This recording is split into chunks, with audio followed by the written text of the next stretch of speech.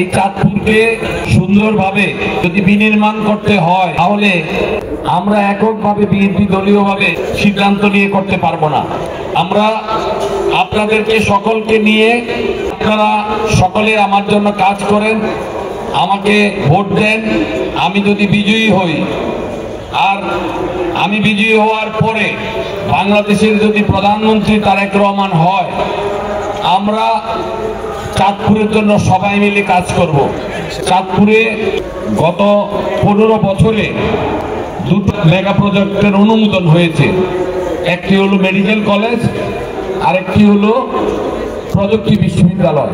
এই দুটো mega project যদি ঠিকমতো হতো, আমার মনে হয় এখানে যারা ব্যবসায়ীরা আছেন তাদের ব্যবসা করার কিছুটা হলেও স্কোপ বাড়ত।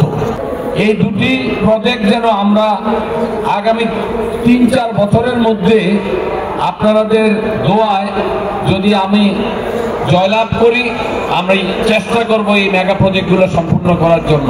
তারেক রহমান সাহেবের একটাই নির্দেশনা, যদি আল্লাহ রহমত হয়, উনি যদি প্রধানমন্ত্রী হয়, আমি যদি চাঁদপুরে আসলে আপনারা আমাকে এমপি বানান, আমি একটি কথা দিতে পারি, সরকারের কোনো টাকা অপচয় হতে দেওয়া হবে না। ব্যবসায়ীরা নিশ্চিন্তে ঘুমাবেন, আমরা আপনাদের ব্যবসা পাহারা দিব। আমরা এবং আপনারা মিলে, সকলে মিলে আমরা নির্বাচনের পরে আল্লাহর রহমত যদি হয়, আমরা সবাই মাদকের বিরুদ্ধে একসাথে কাজ করব এবং মাদককে জিরো অবস্থায় নিয়ে আসব।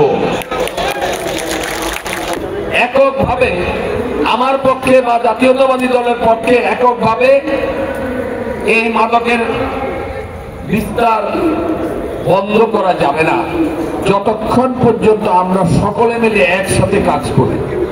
চেম্বারের পরিধি বড় করেন।